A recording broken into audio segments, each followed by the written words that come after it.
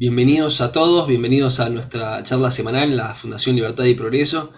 Hoy los voy a dejar conversando con Agustín Echevarne y con Gabriel Palandri. Gabriel Palandri es nuestro invitado, es uno de los titulares de la cuenta, nuestra fuente de memes más divertida del liberalismo, son los herederos de Alberdi. A los que no lo conocen les pido que los vayan a conocer y los sigan en todas sus redes sociales, la verdad es muy muy divertido. Y además tienen los herederos de Alberdi Noticias. A muchos nos sirve incluso para enterarnos de lo que está pasando, ¿no? Así que eso desde ya. Y Agustín, bueno, ya es nuestro director general en la fundación. Yo no los quiero presentar demasiado más, los voy a dejar conversando porque realmente creo que va a ser muy divertida la charla de hoy, que va a tener como título, o tiene como título, sugerido, obviamente, después lo demás es libre, errores no forzados en la batalla cultural. ¿Qué debates? Hay oportunidades, hay debates, hay temas que abordar y a veces se abordan y la opinión pública o no está preparada o se resiente, o, ¿no? Me parece que hay mucha tela para cortar. Yo los voy a dejar conversando. Gracias a todos por vernos y sin más, que arranque la charla.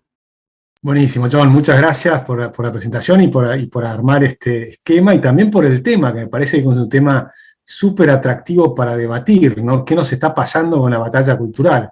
Que creo que hay un avance importante, pero también es cierto que hay algunos retrocesos que tal vez es por falta de experiencia de algunos de los actores o por ahí por algo que todavía no sabemos bien cómo llegar a la gente y demás. Y bueno, me encanta charlar esto contigo, Gabriel, que estás haciendo un trabajo enorme ahí en Los Herederos de Alberdi. Y antes de empezar la charla, me encantaría que 2 o 3 minutos nos cuentes un poquito de vos, ¿viste? Porque todos conocemos tu trabajo, pero creo que es interesante que la gente sepa que atrás de ese trabajo hay una persona que además tiene su propio trabajo y tiene que llevar adelante, ¿no?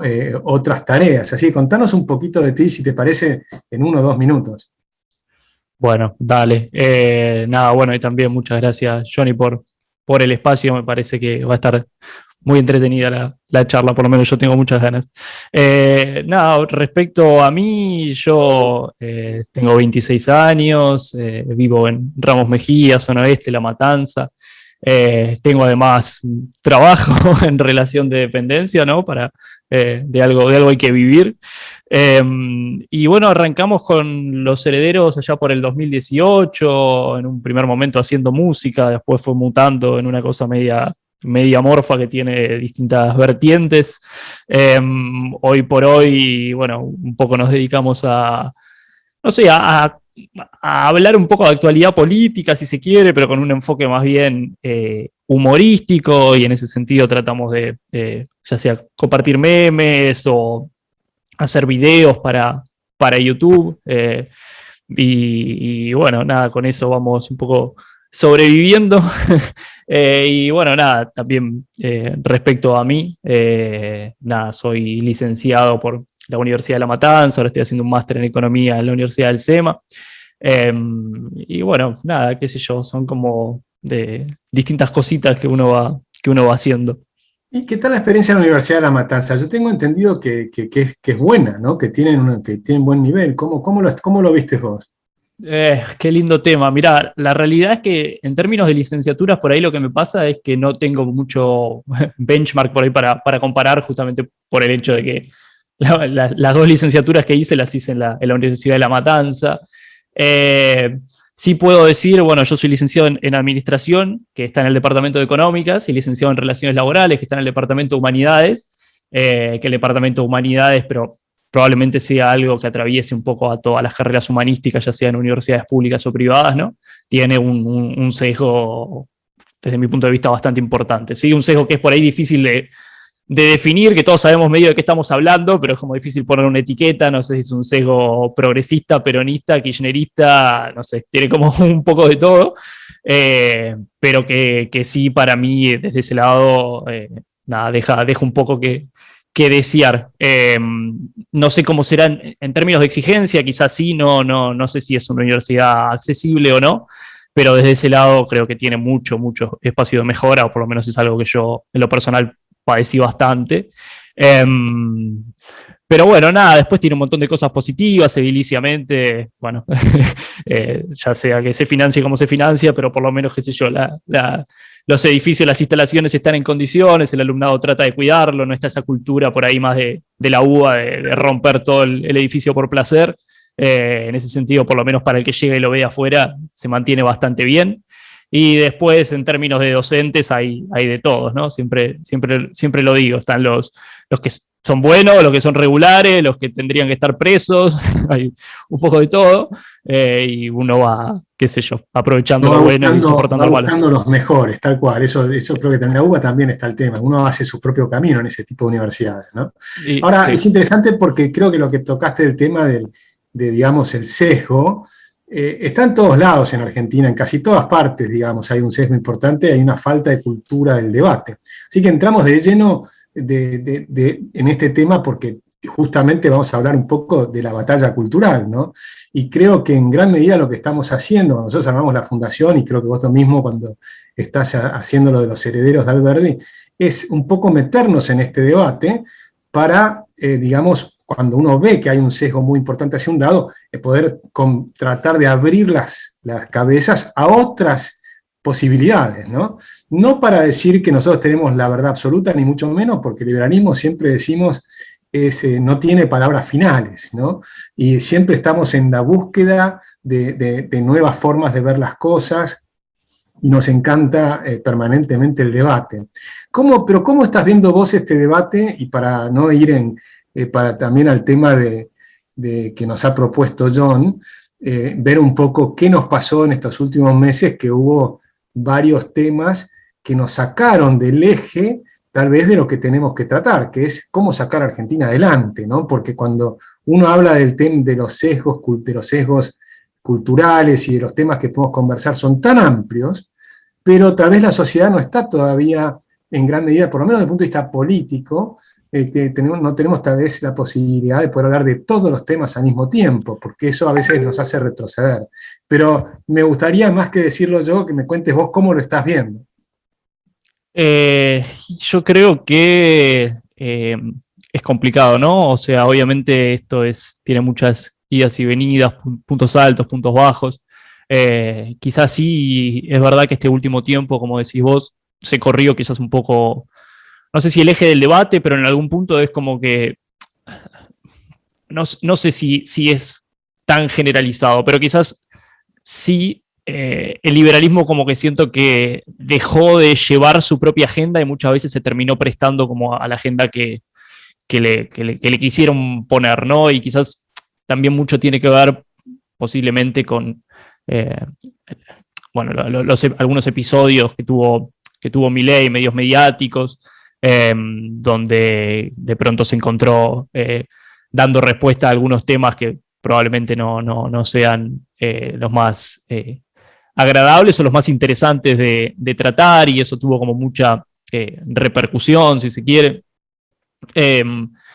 Pero qué sé yo, creo que también al mismo tiempo hay muchas cuestiones que hoy por hoy están mucho más en la agenda que hace 1, 2, 3 años atrás, y ni hablar hacia atrás, cuestiones que por ahí eran mucho más marginales, o por lo menos viéndolo yo desde los jóvenes, creo que sin duda ha habido una ruptura por ahí de la hegemonía progresista. Por lo menos mi generación es una generación que se moldeó bastante de esa forma. Yo me recibí en el colegio en el año 2013 y casi te podría decir, por lo menos en el caso de mi colegio, la gente que me rodeaba, 9 de cada 10 personas se identificaban como progresistas o coincidían con muchos de los postulados del progresismo, y sí creo que en este último tiempo eso se rompió bastante, ¿sí? Estos últimos meses puede ser que haya habido como una turbulencia en ese viaje, si se quiere, pero también esto, nada, es una puja permanente, ¿no? Es súper dinámico. Sí, yo creo que el liberalismo avanzó muchísimo cuando no habló solamente de economía, sino que se metió también en otros temas culturales. Eso yo creo que fue una cosa muy positiva, que lo hizo Javier Milei, lo hizo José Luis Espert, lo hizo también Agustín Laje, es decir, una cantidad de gente que dentro del liberalismo, de la centroderecha, digamos, empezaron a hablar de otros temas, y que creo que es importante. Para mí, el tema clave y uno de los más importantes es justamente la educación. Y la educación es un tema donde en Argentina se ha perdido la libertad de enseñar y la libertad de aprender que está en la Constitución. Y ese creo que es uno de los temas que más tenemos que ponernos en la lucha, ¿no? Para recuperar esa libertad de enseñar y de aprender. Porque yo creo que esta libertad tiene como 3 facetas. Una faceta que es para los alumnos, que tienen derecho a ir eligiendo su propio camino y no tener un camino monolítico decidido por el Estado de cómo tenés que seguir una carrera o una currícula desde el colegio, desde la primaria. Ahora quieren desde antes de la primaria, ¿no? Desde el jardín infante, primaria, secundaria, y permanentemente el Estado metido. Yo creo que eso tenemos que ir a una libertad de cátedra y una libertad de currícula, y una competencia total en la educación en términos de que el Estado sigue financiando, pero financia, digamos, la demanda, a través de vouchers, ¿no? La vieja idea de Milton Friedman, que se está aplicando en Estados Unidos con gran éxito. Hoy justamente estaba leyendo un libro de Betsy DeVos, que tiene datos interesantísimos de cómo los estados en Estados Unidos que tienen mayor libertad de educación, que son Arizona primero, y después otros estados como Florida, han tenido un éxito notable en las últimas 2 décadas, porque esto recordemos que recién empieza hace muy poco en Estados Unidos, a partir de los años 90, es decir, que es algo muy nuevo. Y esa libertad de elección, como te decía, tiene 3 facetas. Una primera faceta que es en los padres que tienen, los alumnos que tienen derecho a elegir. La segunda son los padres que tienen derecho a decidir cuál es el mejor establecimiento educativo para sus hijos, por lo menos en una primera instancia, hasta que sus hijos son más grandes y empiezan a tener decisión. Y la tercera son los propios maestros, que tienen derecho a probar cosas nuevas. La educación como está hoy no está funcionando, no le está sirviendo a los chicos. Entonces hay que probar nuevos caminos. Entonces no podés tener un camino decidido por un burócrata, ¿no? ¿Cómo ves todos estos temas? No, la verdad que es para mí un tema interesantísimo, toda la cuestión de la educación.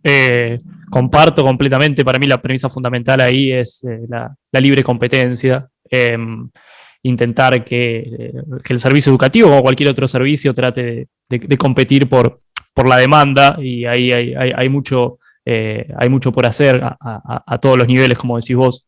Creo que hoy lo que hay es, por un lado está el tema del sesgo ideológico, pero incluso dejando de lado eso, en términos de la calidad de educación que se recibe, es bastante lamentable, ¿no? Creo que así también lo atestiguan algunas pruebas estandarizadas, como las PISA. El caso argentino es un desastre. Y sí, la verdad, ahí por ahí habría que pensar un poco por dónde se arranca, ¿no? Como sucede con todos estos sistemas, cómo uno empieza a deshacerlos, y quizás ese es también un poco el desafío. Y ahí donde ves, por ejemplo, ¿cuáles son los temas que te parece donde el liberalismo está pegándola mejor, digamos? O sea, que logra tener un impacto en la juventud, en tus amigos, en la gente que te rodea. ¿Cuáles son las cosas que los pueden hacer cambiar de opinión? Y yo me refiero a las personas que tenían un pensamiento más cercano al kirchnerismo, al peronismo y demás, pero que son jóvenes y que saben que esto no les está funcionando y que están teniendo un cambio. Y se nota claramente con el avance tremendo de Javier Milei, pero yo creo que también de José Luis Espert y del liberalismo en general. Pero me interesa cómo lo estás viendo vos y sobre todo cómo lo ves en el conurbano, en La Matanza, en la universidad. ¿Cuáles son los temas que mayor impacto favorable causan? Y después me voy a preguntarte lo contrario, ¿cuáles son los temas que han generado más ruido, ¿no? A ver, yo creo que, como todo, ¿no? Por ahí la gente se siente más identificado, le llegan más los mensajes que tienen que ver con cuestiones que vive de forma cotidiana, ¿no? Entonces, por ejemplo, donde creo que el liberalismo ha hecho un avance interesante es el tema de la moneda. Pero básicamente porque la gente se da cuenta que todos los días va a comprar una cosa u otra y todo le sale más caro. Entonces empieza a plantear la pregunta, bueno, che, ¿qué pasa con esto? Y ahí es como terreno fértil para que aquel que tenga la respuesta más interesante o mejor formulada pueda ganar un poco de espacio. En ese sentido, no sé cuántos de mis conocidos están a favor de la dolarización o de reventar el Banco Central figurativamente o lo que sea, pero por lo menos sí tienen algunas alertas prendidas respecto a lo que se hace hoy en materia de política monetaria, ¿no? Hay un montón de, por ahí, excusas que en otra época se hubiesen utilizado, desde mi punto de vista, prácticamente para saquear a la gente, pero revestido en argumentos técnicos, hoy tiene un poco menos de espacio, me parece. Después, sí, bueno, es interesante. El primer tema entonces sería cómo se ha impactado esa idea de que está claro que la inflación la provocan los políticos y tiene un objetivo claro que es confiscar parte del dinero y que el impacto más fuerte es sobre los más pobres, sobre los que tienen menor capacidad de defenderse de la inflación, precisamente, ¿no? Vamos al segundo, dale. No, ese punto, el primero, sí, tal cual como lo señalas vos en otra época por ahí, qué sé yo. No, que es política expansiva para reactivar la actividad económica, lo que sea, hoy es como más difícil disfrazarlo, me parece. Y después, bueno, el tema de la educación también creo que es un tema. Veo a los pibes mucho más alertas que en cualquier otra época que yo recuerde en materia de ir a un aula y escuchar a un docente y ya sea discutirle o no discutirle, pero simplemente no llevarle el apunte de lo que dice. Muchos casos por ahí hasta de alumnos que se han animado a filmar docentes y compartir las filmaciones para que, no sé, para que otros opinen o para lo que sea. En ese sentido también me parece como que están mucho más despiertos.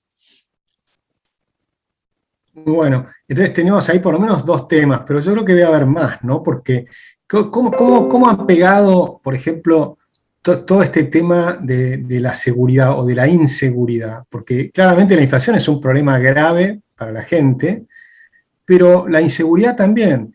Y creo que ahí hay un problema de mala gestión del Estado, ¿no? Porque de alguna manera el gasto público es inmenso, y sin embargo no ha mejorado la seguridad, que sería lo principal que tiene que hacer el Estado, ¿no? Que es brindarte seguridad a la vida y también a tu libertad y a tu propiedad. Tal cual, bueno, eso es totalmente paradójico, ¿no? Cuando uno se remonta, si se quiere, no sé, a los orígenes del Estado moderno, las teorías contractualistas.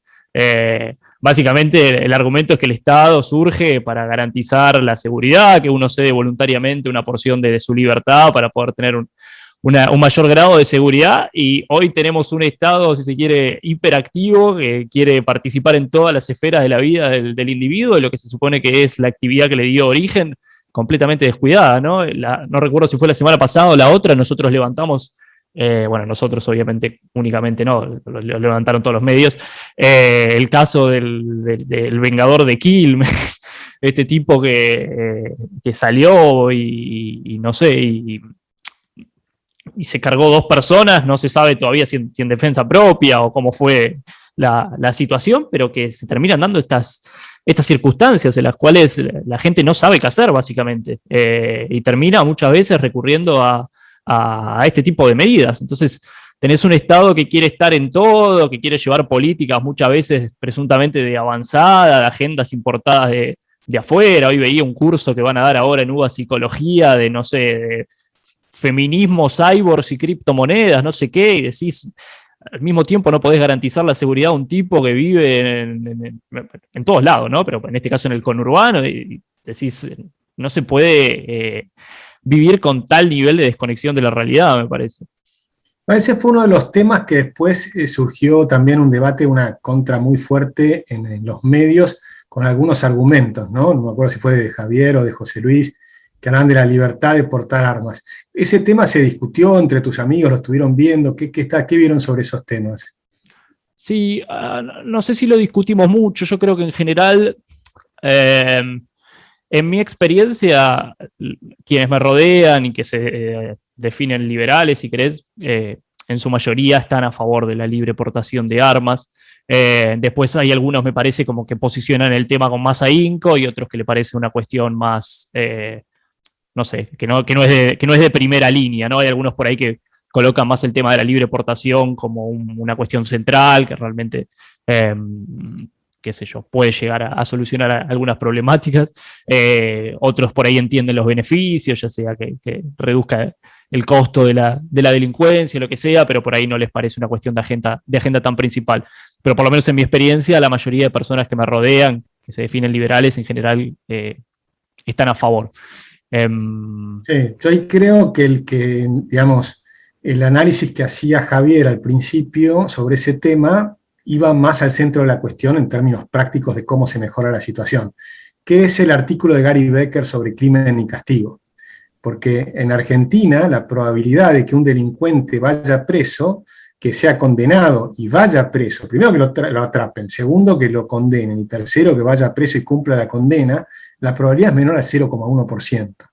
Entonces, evidentemente, hay que cambiar las reglas procesales, que son una de las propuestas que tenemos en Libertad y Progreso, ¿no? Creo que va mucho más por ahí, ni siquiera es aumentar las penas, que podría ser, que alguna vez se habló mucho de estos temas. Mucho más importante que eso es que los tiempos de procesamiento sean rápidos y que las penas sean cumplidas de manera concreta y que no tengas tantas salidas para escaparte del tema, ¿no?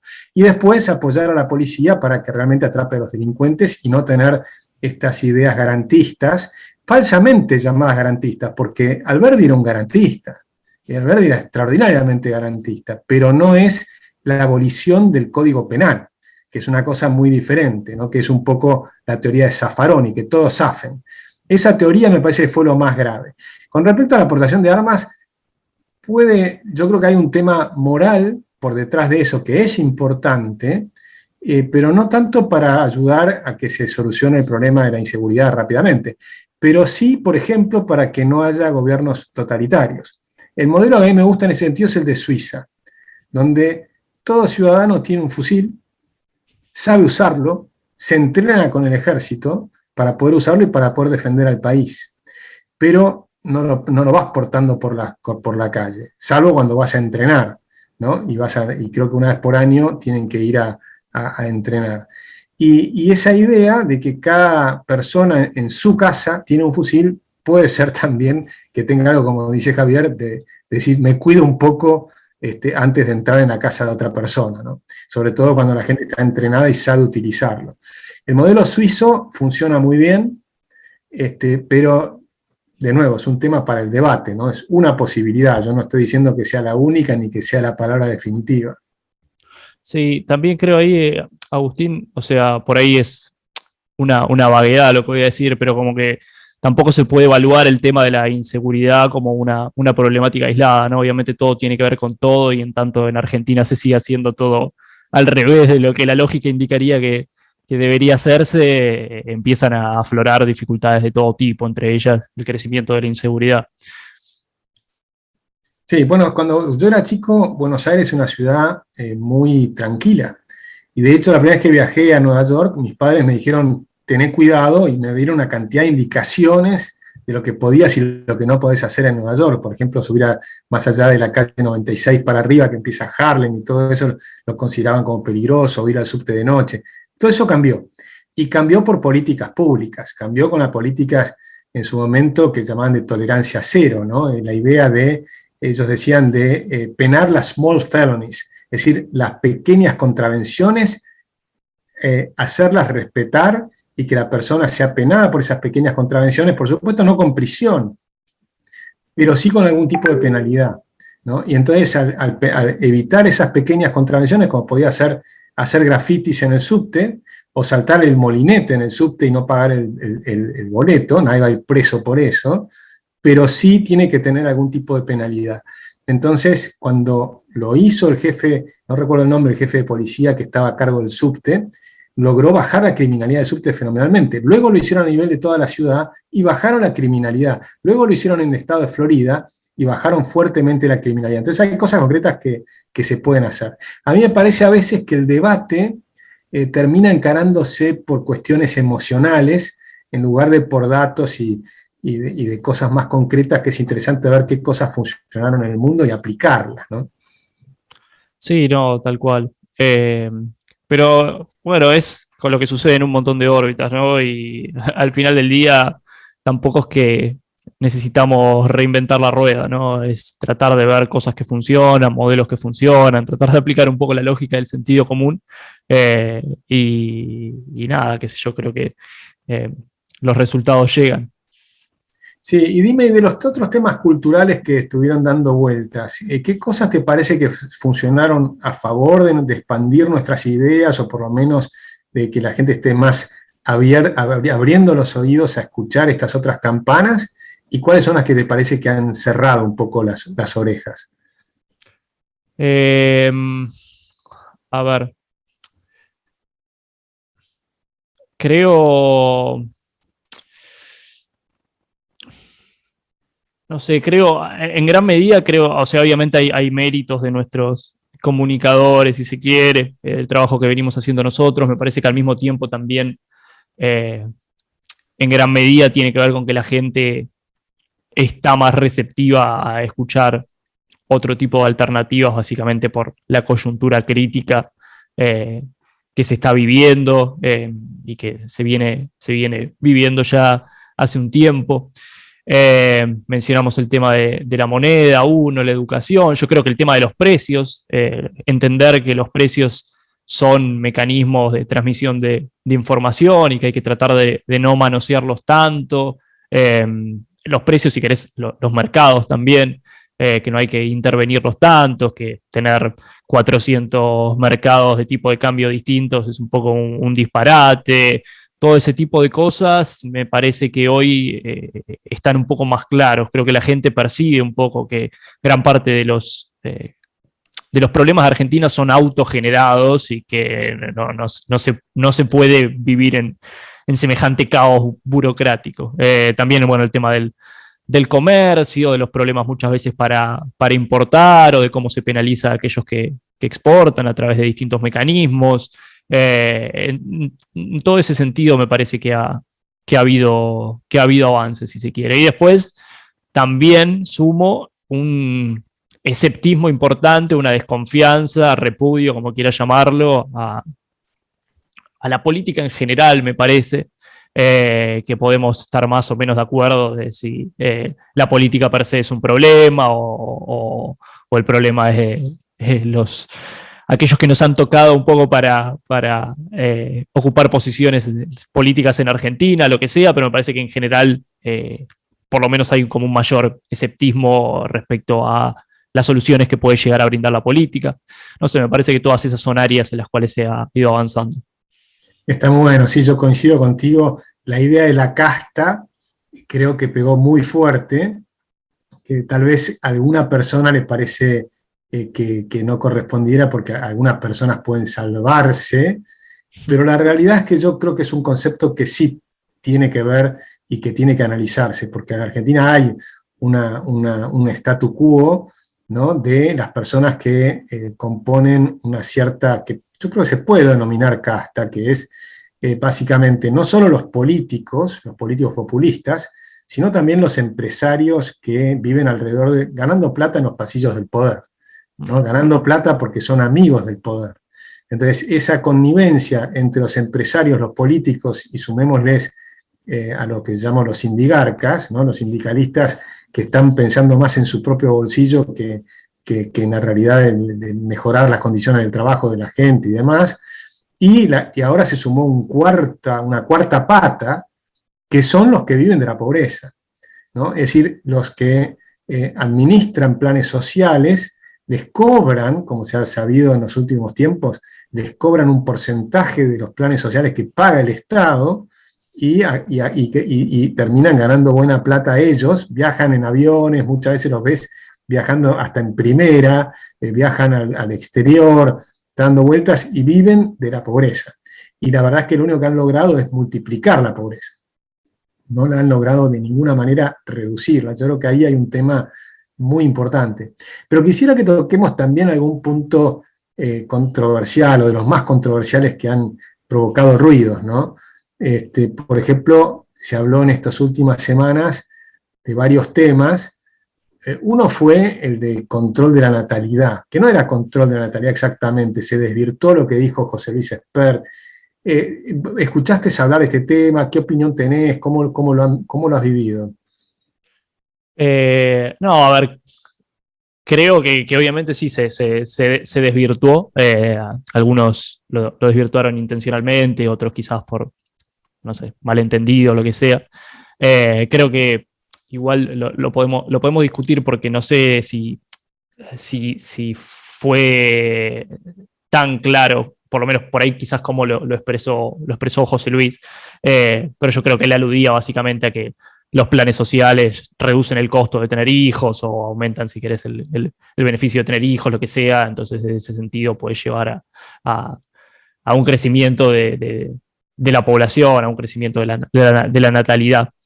Sí, en realidad un tipo de plan social, ¿no? Que son los que están asociados a la cantidad de hijos. Entonces él decía, bueno, hasta tal cantidad de hijos, hasta 2 o 3 hijos, podés tener un subsidio, pero no por más.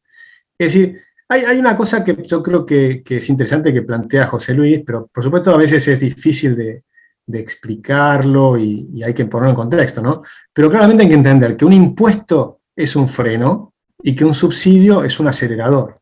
Sí, sí. Y eso funciona siempre, incluso cuando hablas de la pobreza. Si vos pones un subsidio a la pobreza, vas a tener más pobreza.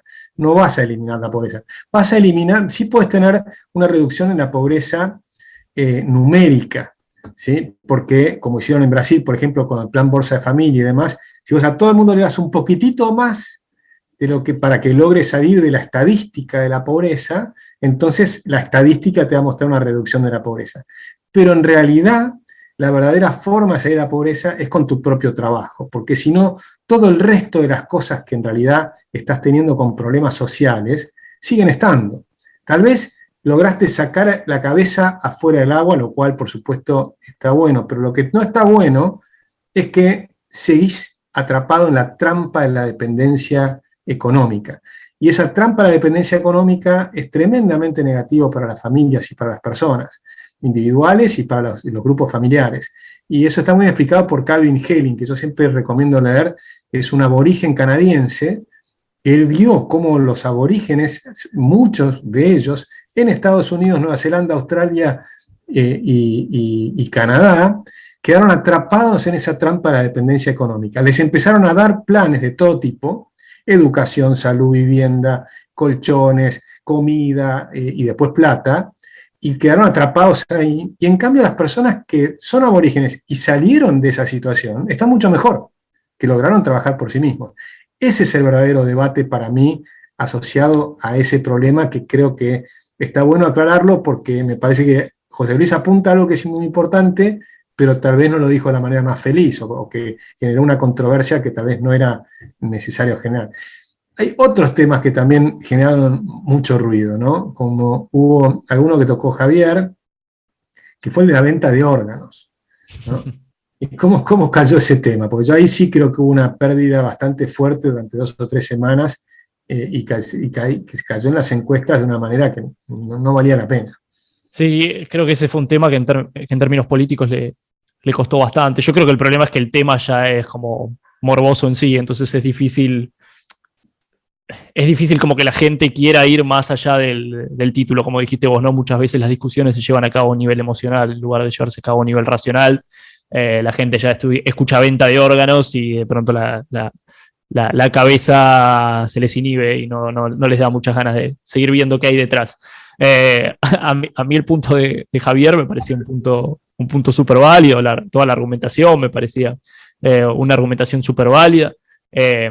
Pero bueno, es verdad que también fue como una seguidilla que parecía que le tiraban temas controversiales a Javier simplemente para que diera su opinión y ver qué sucedía. Y sí, comparto y tengo varios conocidos que se espantaron un poquito por ahí. En general, más que nada, gente que por ahí no es tanto de interiorizarse en términos políticos, sino que simplemente, qué sé yo, se va moldeando una opinión en función de los titulares o lo que sea. Desde ese lado creo que sí hubo un costo.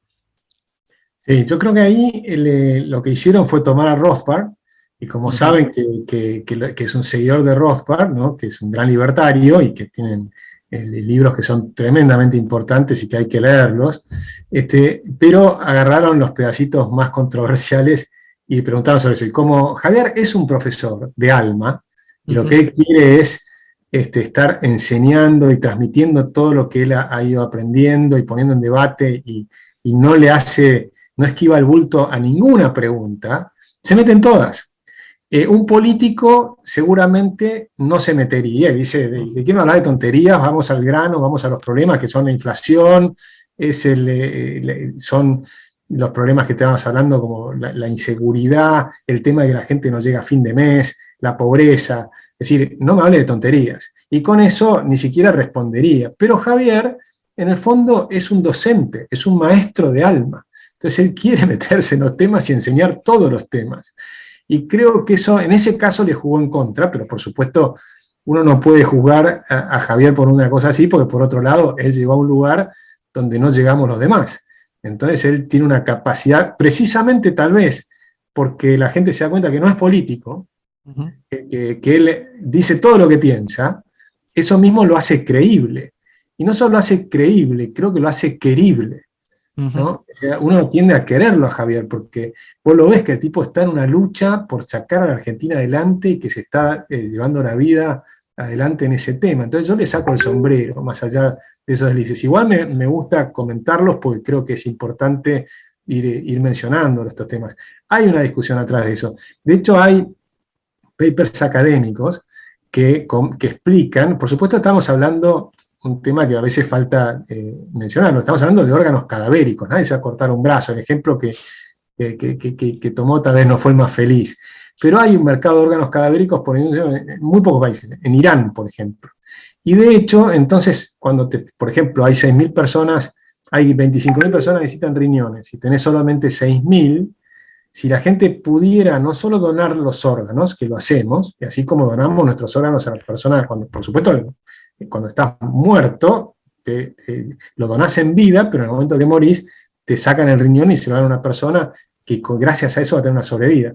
Si a eso le permitieras meter en el mercado y que la gente pueda recibir algo a cambio, seguramente va a aumentar fuertemente, y de hecho los datos estadísticos muestran que pasaron de como 4.000 a 24.000, o sea, multiplicaron como por 6 veces.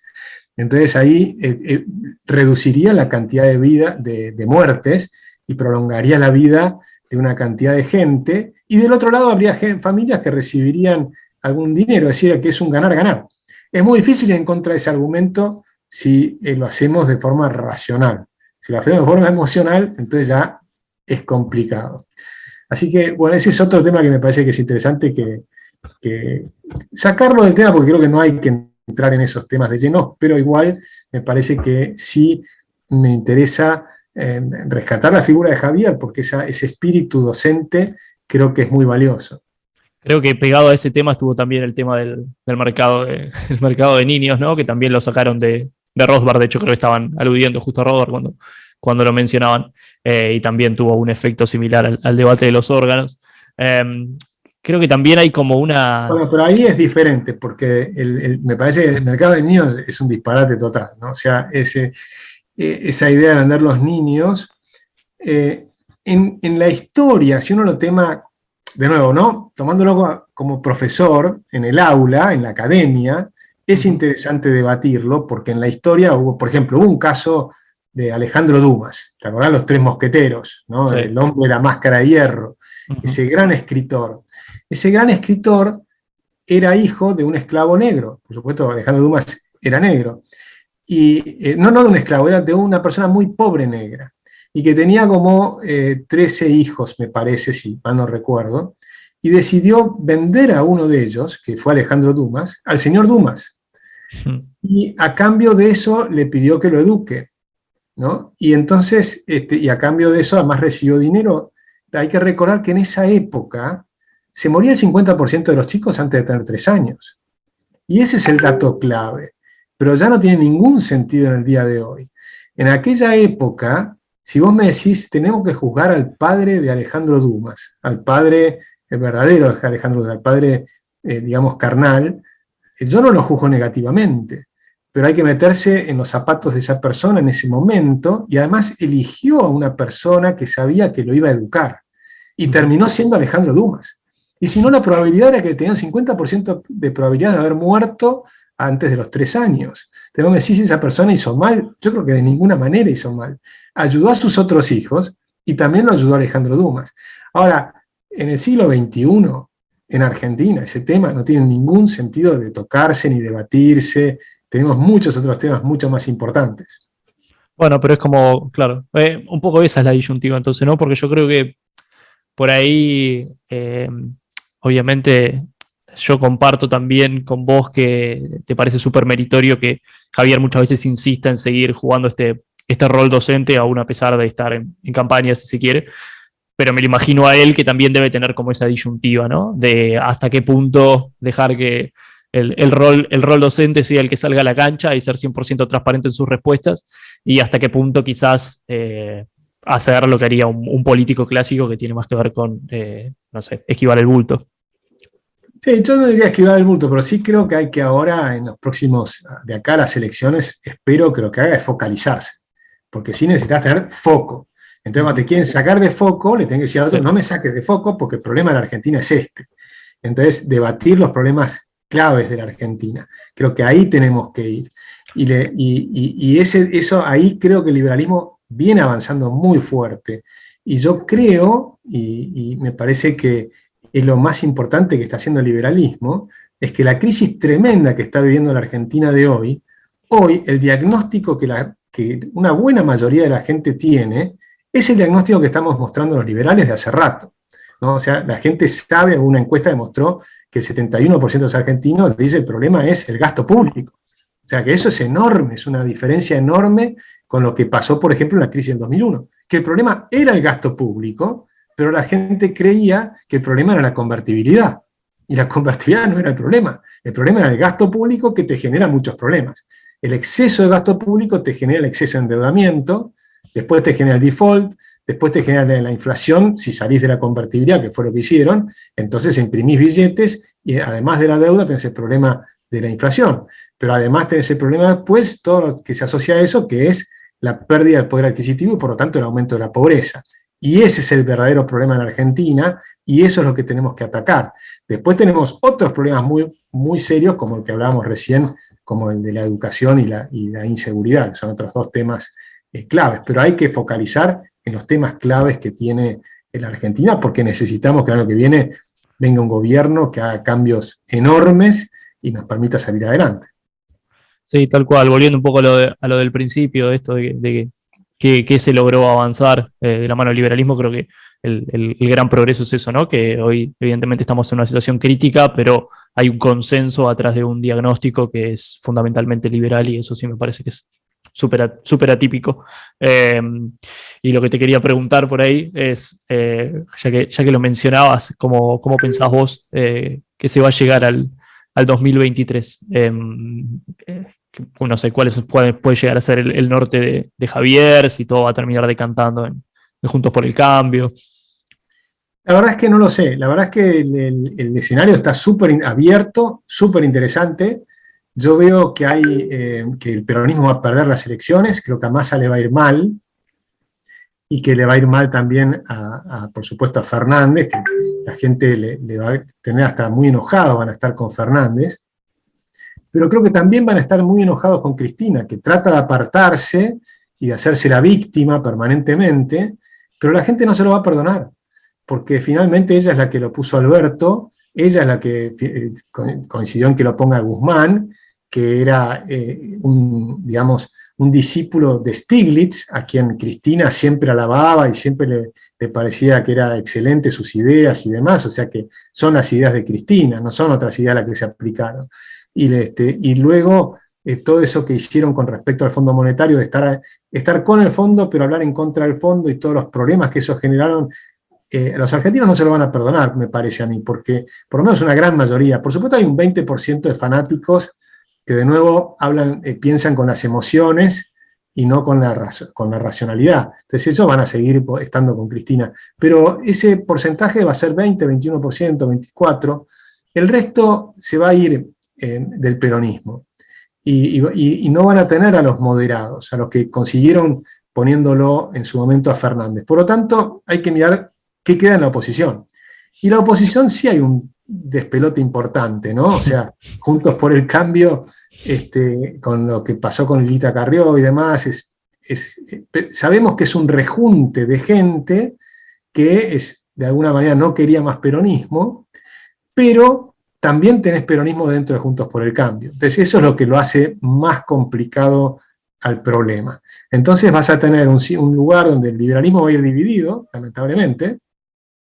Yo traté de trabajar, y como sabés, no lo logré, ¿no? De tratar de unir al liberalismo, somos muy díscolos, muy difíciles, y cada uno tiene muy firmes sus ideas, pero entonces vamos a ir, algunos van a ir dentro de, digamos, de Juntos por el Cambio, López Murphy, probablemente José Luis Espert, que yo creo que al final puede ir Juntos por el Cambio en la provincia de Buenos Aires, para que, con el objeto de que no pierdan la provincia, porque ahí se gana por un solo voto.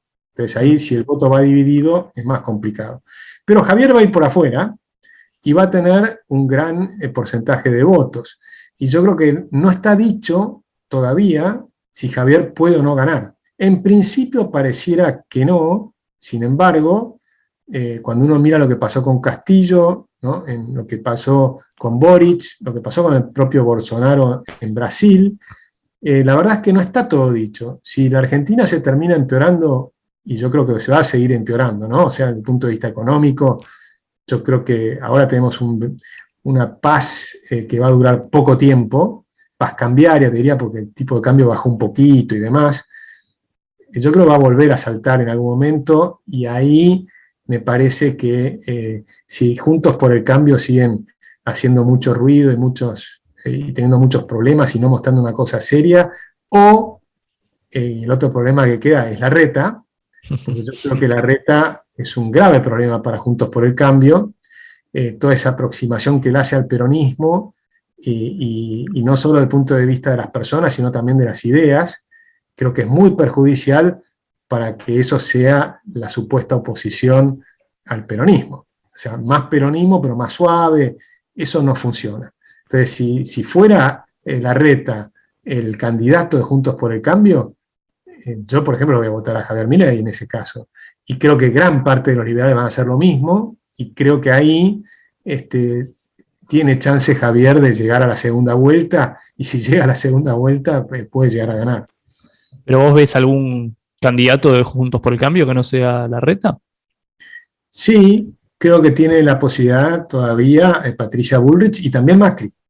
Yo creo que Macri y Patricia Bullrich tienen la chance de presentarse como candidatos. No lo veo a Morales y ningún otro radical, creo que no van a tener chances, pero Patricia Bullrich está firme en las encuestas, está firme en las ideas, está muy cercana a las ideas que nosotros estamos proponiendo, está armando equipos técnicos, el programa económico que está armando es el mismo que el nuestro, o muy similar, es decir, que tiene las ideas que van a ir por este camino, y entonces ella puede agarrar a gran parte del liberalismo. Lo que puede tener problemas es presidente con los radicales, pero eso se podría subsanar si ella hiciera una fórmula, por ejemplo, con Cornejo, de Mendoza, que son los radicales más cercanos a nuestras ideas también, más sensatos, te diría. O sea, que con tener sentido común ya estás más cerca de nuestras ideas. Entonces, los que son relativamente sensatos, y los mendocinos son sensatos, los radicales mendocinos tienen un grado alto de sensatez, perfectamente pueden ser parte del gran cambio que necesita la Argentina. Entonces yo creo que una fórmula Patricia Bullrich y Cornejo sería atractiva incluso para que se acerque Javier Milei. Entonces ahí tendrías el radicalismo partido, Macri apoyando, y eso podría ser una fórmula ganadora, pero yo no sé si va a ocurrir. Todavía falta mucha agua bajo el puente, por eso te estoy diciendo ahí, yo veo varios caminos posibles, y capaz que incluso aparece un camino que todavía no estoy viendo. Sí, no, puede pasar cualquier cosa, puede aparecer más de uno que todavía no estamos viendo. Vos, perdón, no sé si esto era una entrevista, pero se dio vuelta. ¿Vos sabés o creés que Patricia va a terminar compitiendo por Juntos por el Cambio? Patricia por ahora está compitiendo, yo creo que sí, que tiene ganas de competir, lo está haciendo, está trabajando como loca por todo el país, lo ha dicho públicamente, lo dice en privado, sé también que Macri la está apoyando, De hecho, sé que he hablado con empresarios que le han ofrecido apoyo a Macri y le dijeron apóyenla a Patricia. O sea, creo que por ahí hay un camino interesante, pero todo puede cambiar porque de pronto si los números cambian y le dan a Mauricio Macri la posibilidad de que pueda llegar a presentarse, yo creo que va a terminar queriendo presentarse. Entonces, si no le dan los números, la va a apoyar a Patricia. Si los números le empiezan a dar, va a querer ser el candidato. Y si Macri se presenta, ahí va a ser muy difícil para Patricia continuar el tema. Habría que ver cuáles son los números de imagen positiva y negativa de Patricia también, que no los tengo tan claros. No, y lo otro que te quería decir, que por ahí también quedó como un poco el fantasma de las últimas elecciones legislativas, ¿no? Que Patricia iba, o parecía por lo menos que iba a competir en la ciudad y a último momento le bajaron el pulgar, se terminó bajando, lo que sea. Sí, pero eso tiene su explicación, me parece, pues justamente que quiso jugarse a la presidencial. Ahora se tiene que jugar a la presidencial a menos que acuerde para ir de candidata a jefa de gobierno de la ciudad de Buenos Aires. Esa podría ser una forma que tenga Larreta de convencer a Patricia de que no juegue. Pero, digamos, son especulaciones. Yo no sé qué va a pasar. Sí creo que la gente lo que quiere la oposición, por ejemplo, la gran mayoría de la oposición lo que quiere es un cambio profundo de la Argentina. Y el cambio profundo lo representa o Javier Milei o José Luis Espert o Patricia Bullrich siguiendo estas ideas, ¿no? Y no encuentro otro que siga con estas ideas. Ahora, lo que puede ocurrir es que termine habiendo una compulsa diferente y por algún motivo, que básicamente es que maneja la caja, Larreta avance más de lo que yo creo que puede avanzar. Yo me parece que Larreta al final se va a caer, pero, de nuevo, falta mucho para verlo. Así que, Gabriel, bueno, fue lindísimo charlar contigo, se nos ha ido el tiempo volando, me quedan un montón de temas para hablar, pero dijimos que ibas a hablar 45 minutos y ya nos pasamos un ratito.